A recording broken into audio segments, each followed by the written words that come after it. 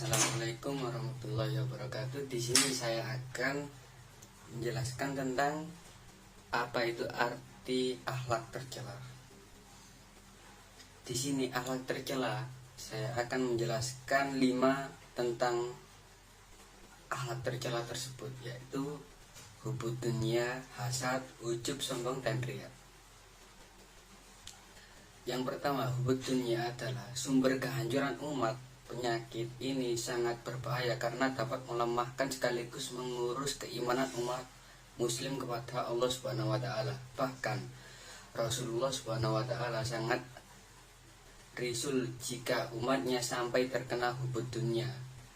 Rasulullah SAW bersabda, "Demi Allah, bukan kemiskinan yang aku khawatirkan akan menimpa diri kalian, akan tetapi aku khawatir jika dunia dibentangkan untuk kalian sebagaimana ia membentangkan untuk orang-orang sebelum kalian, sehingga kalian berlomba sebagai mereka berlomba, dan akhirnya kalian hancur sebagaimana mereka hancur." Diriwayatkan oleh Bukhari Muslim. Bahayanya yang ditimbulkan dari hubud dunia diantaranya membuat manusia lalai dalam melaksanakan ibadah seperti sholat, puasa, dan sedekah. Jika seseorang telah dikuasai hatinya oleh iblis, maka ia akan menjadi lemah. Iblis akan membolak-balikkan hatinya seperti anak kecil yang sedang bermain bola, menimbulkan berbagai penyakit hati lainnya seperti rakus, tamak, bangga, angkuh, dan pamer terhadap apa yang dimiliki. Bahkan dia bisa berbuat keji untuk mendapatkan dunia yang diinginkannya. Yang kedua, untuk pengertian hasad, Ri Saudi mengatakan dalam buku Akhlak Mazmumah dan cara pencegahannya, ada perbedaan di kalangan ulama dalam mendefinisikan arti hasad, meski masih dalam tujuan yang sama. Dalam bahasa Indonesia, hasad adalah iri atau dengki. Menurut Ibnu Hajar, hasad adalah seorang berangan-angan menginginkan hilangnya nikmat dari orang yang memilikinya. Adapun Ibnu Taimiyah mengatakan dalam Majmu' Fatwa, hasad adalah sikap benci dan tidak senang terhadap apa yang dilihatnya berupa baiknya keadaan orang yang tidak disukainya. Sementara itu, menurut Imam An-Nawawi, sebagai disebutkan dalam Riyadhus Shalihin, hasad adalah menginginkannya hilang nikmat dari yang memperolehnya, baik itu nikmat agama ataupun perkara dunia. Mengenai definisi hasad ini, Imam Ghazali pernah mengatakan, "Ketahuilah, tidaklah hasad itu kecuali kepada perkara nikmat.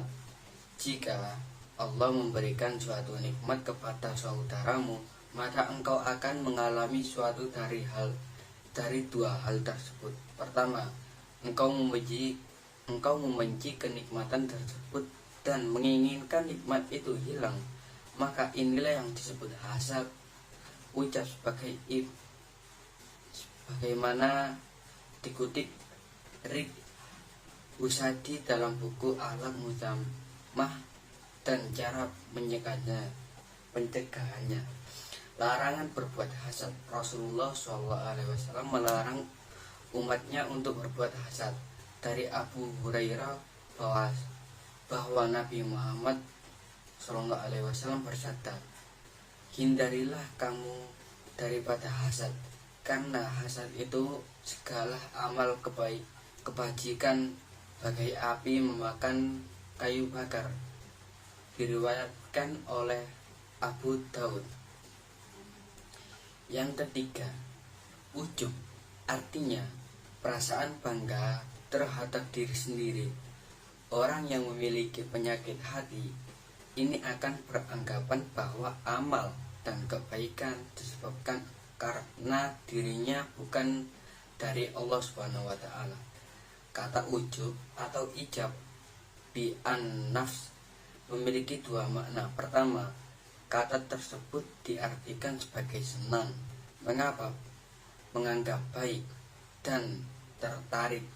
Kedua, ujub dimaknai sebagai bangga, memandang agung dan besar.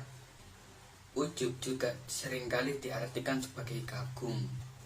Lawan dari ujub adalah zikrul minnah atau mengingat karunia Allah Subhanahu wa taala. Menurut Imam Al-Ghazali dalam kitab Minhajul Abidin, ujub adalah menggunakan diri atau menganggap agung amal yang telah dilakukan. Arti ini dapat dilihat dari perkara yang sebagai berikut. Akulah orang paling soleh, tidak ada orang yang melebihi kesolehanku. Yang keempat, sombong atau arogan dalam bahasa agama disebut takabur. Menurut Imam Ghazali, sombong adalah sifat seseorang yang memandang orang lain hina. Hanya dia yang mulia dan mendapatkan kebesaran. Karena itu, sifat sombong pada manusia merupakan suatu sifat tercela yang harus dihindari dalam pergaulan manusia sehari-hari. Sombong adalah takabur yang menggenjala. Penyakit ini terkadang tidak disadari oleh yang bersangkutan karena kelebihan yang dimiliki seperti jabatan atau kedudukan yang tinggi, atau karena kekayaan yang melimpah, atau bahkan karena penampilan yang menarik, cantik, tampan, dan sebagainya. Yang kelima, riya. Riya adalah dalam Islam ada suatu penyakit yang dapat menghilangkan amal baik seorang hamba, dan penyakit itu dikenal dengan penyakit hati. Jika penyakit hati tidak dihindari dan terus-menerus dilakukan, maka pahala kebaikannya yang dimiliki oleh seorang hamba muslim berkurang. Penyakit hati dalam Islam cukup banyak dan salah satunya adalah riya. Penyakit hati yang satu ini bukan hanya dapat mengurangi pahala seorang muslim saja, tetapi juga membuat dirinya dijauhi oleh orang-orang terdekat. Riya adalah penyakit hati yang harus dihindari karena dapat merusak amal kebaikan manusia. Dalam Al-Quran disebutkan bahwa orang yang berbuat riya termasuk golongan orang-orang yang celaka. Dari pembahasan tersebut, perilaku yang ada pada soal yaitu perilaku hubbud dunya, hasad, ujub, sombong, dan riya merupakan contoh perilaku yang termasuk dalam perkara tercela. Seorang yang mempraktikkan perilaku hubbud dunya, hasad, ujub, sombong, dan riya dalam kehidupan sehari-hari, maka orang tersebut akan merasakan dampak negatif dari mempraktikkan perilaku hubbud dunya, hasad, ujub, sombong, dan riya akan dirasakan di dunia dan juga dirasakan kelak di dalam akhirat, di mana seseorang yang mempraktikkan perilaku hubbud dunya, hasad, ujub, sombong, dan riya akan lebih mudah masuk ke dalam neraka. Begitulah yang materi saya sampaikan pada akhir ini. Semoga kita semua dihindarkan dari sifat-sifat akhlak tercela. Maka dari itu, marilah kita berbuat baik dan selalu taat kepada perintah-perintah Allah Subhanahu wa taala. Demikian atas pembelajaran yang saya bawakan.